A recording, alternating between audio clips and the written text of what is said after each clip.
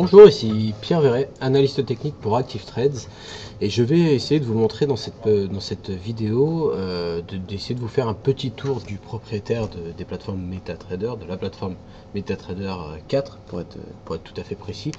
Il y a pas mal de fonctionnalités, c'est une plateforme un petit peu rustre, qui peut sembler un petit peu rustre au demeurant, mais qui est néanmoins une des plus complètes, en tout cas en ce qui concerne le marché du trading sur marge orienté pour les particuliers.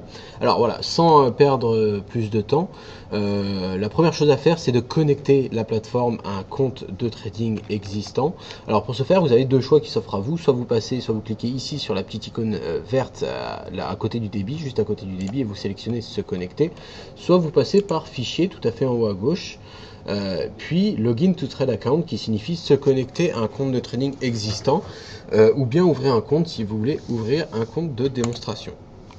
Voilà, une fois que vous avez cliqué là-dessus, vous avez la petite fenêtre de connexion qui s'ouvre. Alors moi, bien évidemment, le numéro de compte et le mot de passe sont déjà remplis, mais ce sont des champs que vous allez devoir remplir, et vous devrez également sélectionner le bon serveur. Ici, on est sur un compte démo, donc c'est normal, j'ai choisi le serveur ActiveTrades démo. Cliquez sur entrée, et ça vous a fait normalement, je ne sais pas si vous avez entendu le petit bruit, la petite cloche, la petite sonnette de connexion, de confirmation en tout cas, de connexion. Alors on va passer sur un graphique un peu plus basique, voilà, histoire de reprendre un petit peu les bases. Hop, je supprime tout ce que j'ai à l'écran, voilà. Donc le tout premier cadre, c'est le cadre que vous pouvez voir actuellement, c'est le cadre graphique, le cadre à travers lequel vous pourrez voir évoluer un marché. Ici on est sur le marché du Nasdaq, le contrat futur à échéance septembre 2016. Donc voilà, ça c'est vraiment le cadre principal.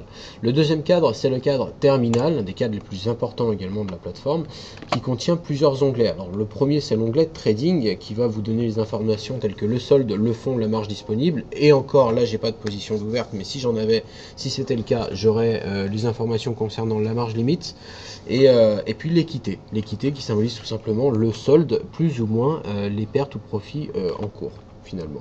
Ensuite, vous avez l'onglet exposition qui vous donne votre exposition dans certaines devises lorsque vous avez des positions ouvertes sur plusieurs marchés qui sont soit cotés en devises étrangères, comme par exemple le dollar, hein, je fais notamment référence par exemple au pétrole, à toutes les commodities, toutes les matières premières qui sont cotées en dollars, et que vous avez d'autres positions sur la UD, sur le dollar australien, sur le dollar canadien. Vous avez des expositions dans plusieurs devises en même temps, et cet onglet là est là pour vous synthétiser tout ça.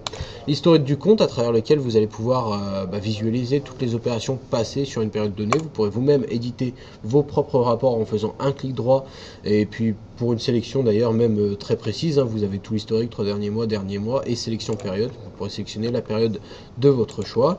L'onglet nouvelles, c'est là que vont tomber toutes les statistiques économiques au cours de la journée, donc les chiffres du chômage, les balances commerciales, les ventes de biens durables, les NFP, etc. Les alertes, c'est pour créer les alertes de prix. Voilà, si vous voulez par exemple être averti à partir du moment où le Nasdaq touche les 4500 points, c'est ici que ça se passe, en faisant un clic droit plus créer et en rentrant vos conditions. L'onglet messagerie, c'est tous les messages que nous, Active Trades, et le courtier en général vous enverra. Donc tout ce que le courtier vous enverra atterrira dans cet onglet là. Ça peut concerner des news sur par exemple des échanges de contrats, des restrictions concernant les leviers, les marges, etc. C'est là-dessus que ça tombera. L'onglet marché qui vous donne un accès directement à la communauté MQL, c'est là que vous pourrez trouver vos indicateurs personnalisés, certains robots de trading et certains scripts. La bibliothèque, c'est pareil pour les indicateurs, experts c'est pareil mais pour les experts du coup. Et vous avez ensuite l'onglet journal, très important, journal qui va représenter en quelque sorte comme une boîte noire de votre plateforme. À chaque fois que vous ferez une opération, elle sera automatiquement enregistrée. Vous voyez tout à l'heure, un petit peu plus tôt dans la vidéo, j'ai enlever l'indicateur qui avait sous le graphique, c'était l'indicateur CCI pour Commodity Channel Index, et bien ça m'a enregistré, c'est écrit, voilà, le 16 juillet à 18h24 et 15 secondes, j'ai enlevé l'indicateur de ce graphique là, tout simplement. Et ça c'est quelque chose que le broker sera amené peut-être à vous demander de lui communiquer dans le cadre d'une investigation concernant un problème d'exécution sur un trade ou quoi que ce soit finalement. Voilà.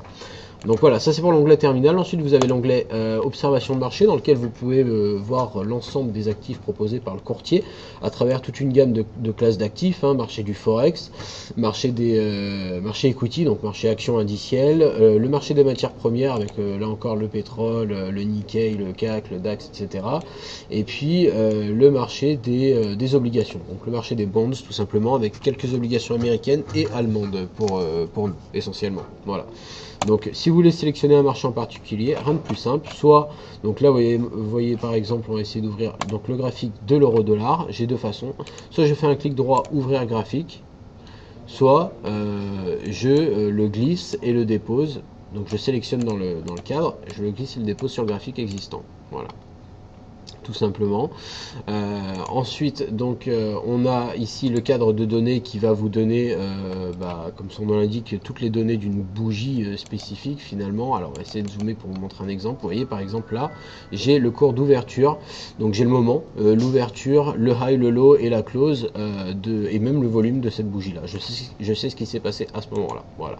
Ça, c'est le cadre d'ouverture donnée. Ça, c'est le cadre stratégique, dans lequel, alors j'ai supprimé quelques cadres pour bien vous montrer, dans lequel vous allez pouvoir tester vos indicateurs et vos experts advisors en sélectionnant l'instrument souhaité et la période de temps à couvrir. Il va vous générer un rapport de performance ici, une fois que vous aurez cliqué sur valeur initiale directement. Voilà. Ensuite, on a donc le cadre, voilà, la fenêtre de passage d'ordre, donc nouvel ordre. Il y a une vidéo prévue à cet effet, hein, sur le passage d'ordre, où sera passé en revue tous les différents types d'ordre, comment on place un ordre, etc. Enfin, vous savez qu'en cliquant sur nouvel ordre, ça va vous ouvrir la fenêtre de passage d'ordre. Vous avez ensuite donc voilà, cette icône-là qui représente l'outil de codage, hein, j'allais dire, des indicateurs. Donc c'est un add-on à la plateforme directement, vous voyez, c'est une deuxième fenêtre. Et c'est dans cette fenêtre-là que vous pourrez coder vos propres indicateurs ou modifier les indicateurs déjà existants sous la plateforme. Voilà. Bon, après, ça nécessite bien évidemment des compétences en code. Sachez que le langage utilisé sous la plateforme est le MQL4. Moi-même, je m'y connais pas trop, mais ça peut être le cas pour vous. Et sachez que si ça ne l'est pas, c'est pas très grave, car vous avez quand même énormément de personnes pour qui c'est le cas, qui s'y connaissent très bien et qui peuvent proposer des solutions à ce niveau-là. Voilà, tout simplement. Le bouton ici auto trading, c'est pour tout simplement activer ou désactiver un robot de trading, ce qu'on appelle communément un expert advisor sur votre plateforme. Ici, ces trois icônes-là, c'est les méthodes de représentation des prix. Donc là, je suis actuellement sur le mode chandelier japonais. Si je veux passer au bar charts, je clique à gauche. Si je veux passer en linéaire uniquement sur les cours de clôture, je clique à droite, tout simplement. Donc ça, les loops, c'est pour zoomer, dézoomer sur un graphique, voilà, pas très compliqué. Alors ensuite, vous avez, alors ça c'est l'icône mosaïque pour représenter tous les marchés que vous avez d'ouvert, voilà. On redouble clic pour le réouvrir en grand. Ensuite, vous avez ici pour raboter ou reporter un petit peu le graphique sur la droite ou la gauche. Cette icône avec le plus vert, c'est pour installer des nouveaux indicateurs.